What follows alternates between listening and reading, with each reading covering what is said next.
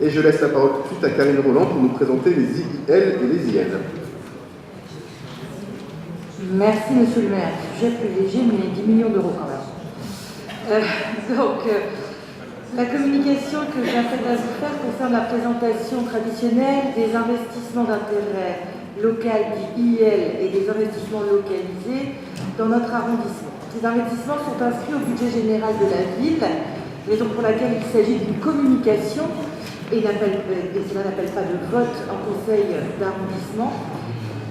Et cela vient s'ajouter à ce dont nous parlons régulièrement lorsque nous évoquons l'état spécial de l'arrondissement. Le montant de l'investissement est très réduit, quelques centaines de milliers d'euros. Nous allons parler ici, je le disais, de plutôt 10 millions d'euros par an, donc des investissements extrêmement importants pour le 18e.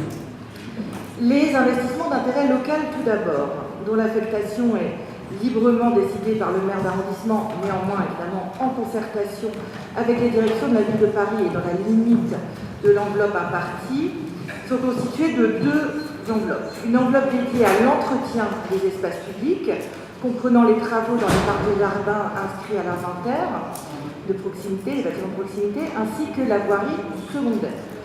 Seconde enveloppe, elle est dédiée à l'entretien des équipements de proximité, qu'ils soient culturels, scolaires, liés à la petite enfance, etc., nous en parlons souvent, comprenant les travaux sur ces équipements.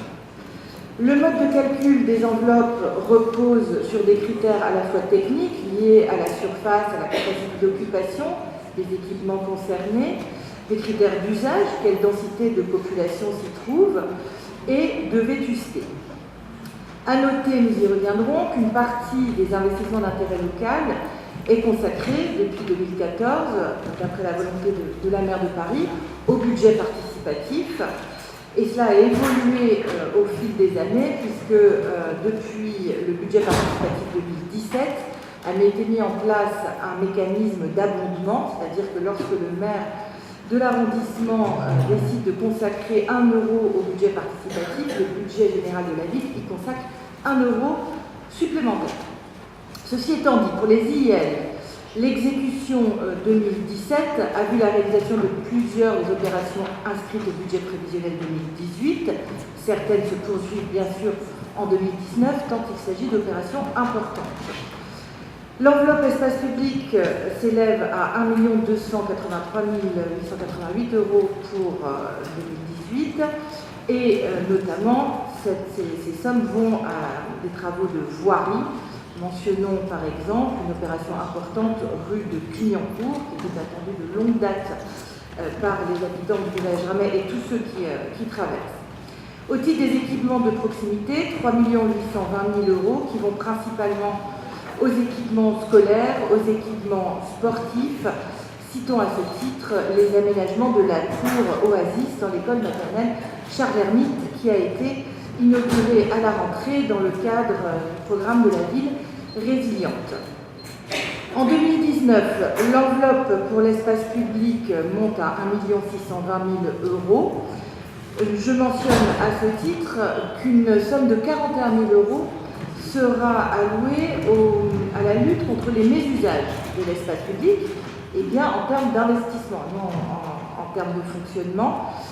Il s'agit là de poses de signalisation, de marquage au sol. On en a eu un exemple cette année avec ce qui a été réalisé sur l'esplanade Nathalie Sarraute, qui était très fréquentée par les scooters. C'était évidemment dangereux. Et une signalisation a été posée pour indiquer que les deux roues n'avaient rien à y faire. C'est ce type de choses qui sera faite avec cette enveloppe, accentuée avec cette enveloppe. Pour les équipements de proximité en 2019, le 18e arrondissement bénéficiera d'une enveloppe de 3 894 000 euros qui iront principalement à la direction des affaires scolaires et à la petite enfance. Je le disais, sur chacune de ces enveloppes, le maire d'arrondissement décide non d'allouer un pourcentage plafonné dédié au budget participatif. Pour 2019, le maire du 18e arrondissement a décidé de porter le taux mobilisable pour le budget participatif à 10% sur la part de l'investissement dédié à l'espace public et 20% sur la part dédiée aux équipements de proximité, soit un total de plus de 5 701 000 €. C'est une somme conséquente qui est en légère baisse par rapport à ce qui a été fait l'année précédente, du fait, vous le savez, que beaucoup de projets liés au budget participatif concernent l'espace public et notamment des réalisations portées par la direction de la voirie et des déplacements, afin de permettre de réaliser le plus possible des projets déjà votés et donc de libérer la charge qui porte sur cette direction. Il a été décidé que les projets cette année ne concerneraient pas la voirie, raison pour laquelle le taux de l'enveloppe dédiée à l'espace public est légèrement moins importante que l'année précédente. Pour ce qui est maintenant des investissements localisés, il s'agit des investissements dont l'intérêt local est avéré et pouvant de ce fait être rattachés à un arrondissement. Ce sont en fait des autorisations de programme, donc des investissements d'équipements d'envergure, soit dits de type 1 pour des projets nouveaux et qui verront le jour à l'avenir, parfois à moyen terme, soit pour des réparations d'envergure d'équipements de proximité.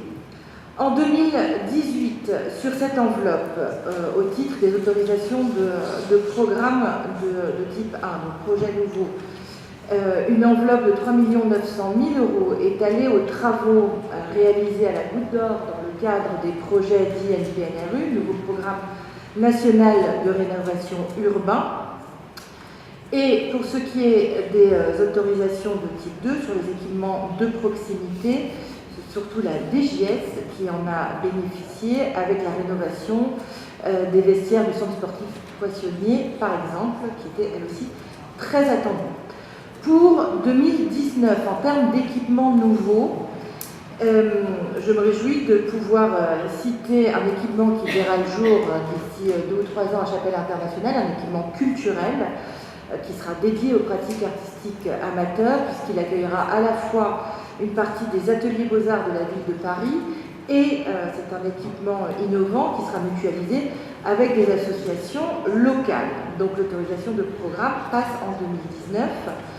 Pour ce qui est des autorisations de programme de type 2, de nouveau, des travaux sur des écoles de manière importante. Citons le ravalement de l'école élémentaire Torcy, par exemple. Voilà pour les éléments concernant les investissements d'intérêt local et les investissements localisés que nous souhaitions porter à votre connaissance. Merci beaucoup. Il s'agit d'une communication, il n'y a donc pas de vote, mais je pense qu'elle était particulièrement utile que chacun soit informé. Et j'en remercie Karine Roland.